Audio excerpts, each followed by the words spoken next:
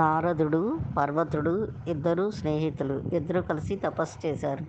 వాళ్ళు తపస్సు చేశాక బ్రహ్మలోకానికి వెళ్ళారు. బ్రహ్మగారిని ఒక విషయం అడిగారు. నేను తపస్సు చేసినప్పుడు అయిపోయిన తర్వాత చూసాం చుట్టూరు బాణాలు ఉన్నాయి.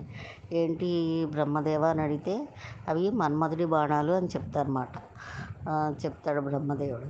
అప్పుడు నారదుడు అంటాడు పర్వతుడిని, అదైతే మేము మాయను గెలిచాము అని సంతోషపడిపోతున్నారు.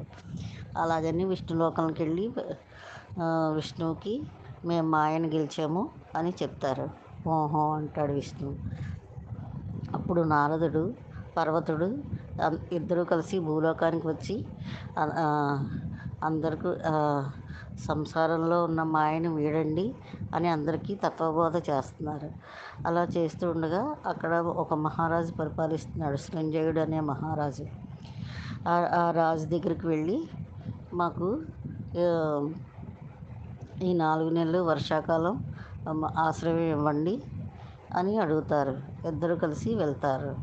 సరే అని సంజయుడు వీళ్ళకి అంతఃపురంలోనే బస ఏర్పాటు చేస్తాడు.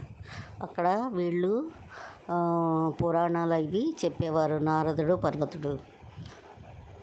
నారదుడు మంచి గొంతు చూసి ఆ సంజయుడు గారి కూతురు, రాజుగారి కూతురు దమయంతి అని, మదయంతి అని కూడా ఆమెను పిలుస్తారు. ఆవిడ నారదుడిని ప్రేమించింది. నారదుడు కూడా ఆవిడని ప్రేమించాడు. ఒకసారి పర్వతుడికి అనుమానం వస్తుంది. నారద, నిన్ను ఆ అమ్మాయి ప్రేమిస్తుందేమో అంటే లేదు అంటాడు. తర్వాత మళ్ళీ ఇంకోసారి అడిగితే అవును, ఆ అమ్మాయి నన్ను ప్రేమిస్తుంది, నేను ఆ అమ్మాయిని ప్రేమిస్తున్నాను అంటాడు. నువ్వు నేను ఏమని ఒప్పందం చేసుకున్నాం, మన ఇద్దరికి ఏవి అరమరికలు లేవు, మనకి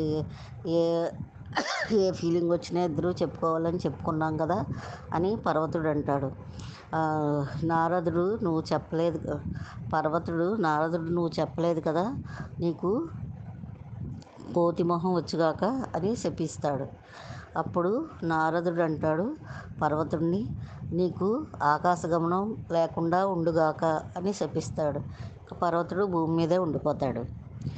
అప్పుడు నారదుడు ఇంకో నెల్లాళ్ళు అంతఃపురంలోనే వాళ్ళకి పురాణం చెప్తాడు. ముసుగు వేసుకుని చెప్తే, ఇదేంటి ముసుగు వేసుకున్నారు మహర్షి, ముసుగు తీసి చెప్పండి అంటే, ముసుగు తీస్తే మీరు భయపడతారు అంటాడు. అలా అయితే నేను తీస్తానని ఆ దమయంతి వచ్చి ముసుగు తీస్తుంది. ఆ నల్లటి కొండముచ్చి మొహం చూసి భయపడిపోతుంది. నాన్నగారు అంటుంది. ఆయన కూడా చూస్తారు, కొండముచ్చి మొహంతో ఉంటారన్నమాట. అయినా సరే అలాగే నెల్లాళ్ళు పురాణం చెప్పమంటారు. వాళ్ళు నారదుడు చెప్తాడు. ఆ పురాణం చెప్పడం అయిపోయాక అది దమయంతి తండ్రి గారు దమయంతికి పెళ్లి చేద్దాం అని భార్యకి చెప్పి మంచి వరుణ్ణి చూడమంటావా అని అడుగుతారు. అంటేని దమయంతి అంటుంది తల్లితోటి, అమ్మ నేను మీకు చెప్పడం మర్చిపోయాను, నేను నారదుడిని ప్రేమిస్తున్నాను, నేను నారదుడినే పెళ్లి చేసుకుంటాను అంటారు. అదేంటి ఆ కోతి మొహం ఆయన్ని పెళ్లి చేసుకుంటావా అంటారు. అవును, నేను ఆయన్ని ప్రేమించాను, ఆయన కోతి మొహాన్ని కాదు అంటుంది. ఆయన అలాగే పెళ్లి చేసుకుంటారు కార్తీక మాసంలో. చేసుకున్నాక కొన్నాళ్ళు అలా గడుపుతారు.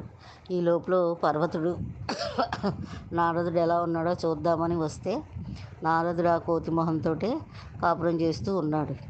అప్పుడు పర్వతుడు బాధ కలిగి, అయ్యో నేను తప్పు చేశాను నారద, నీ మొహం మా పూర్వ మొహం నీకు వచ్చుగాక అని శాపాన్ని మారుస్తాడు. అప్పుడు నారదుడు కూడా అంటాడు, నేను కూడా తొందరపడ్డాను, నీకు ఆకాశగమనం రావాలి శక్తి అని పర్వతుడికి కూడా శాపాన్ని మారుస్తాడు. ఇంతట్లోకి అక్కడ భార్య మాయమైపోతుంది. నారదుడి భార్య ఓ దండగా మారిపోతుంది. ఈ లోపల విష్ణువు వస్తాడు. ఆ విష్ణువు మెడలోని దండ అది వైజయంతిమాల. ఆ అమ్మాయిని సృష్టిస్తాడు. ఆ అమ్మాయిని సృష్టించి ఆ అమ్మాయికి తండ్రి సంజయుడిని సృష్టించి విష్ణుమూర్తి, నారద నువ్వు మాయని జయించానన్నావు కదా, అందుకనే ఇలా సృష్టించాను అంటారు. అప్పుడు నారదుడు అయ్య బాబోయ్ అనుకుంటూ ఆ మాయలోంచి బయటపడి అందరూ కలిసి వైకుంఠానికి వెళ్తారు.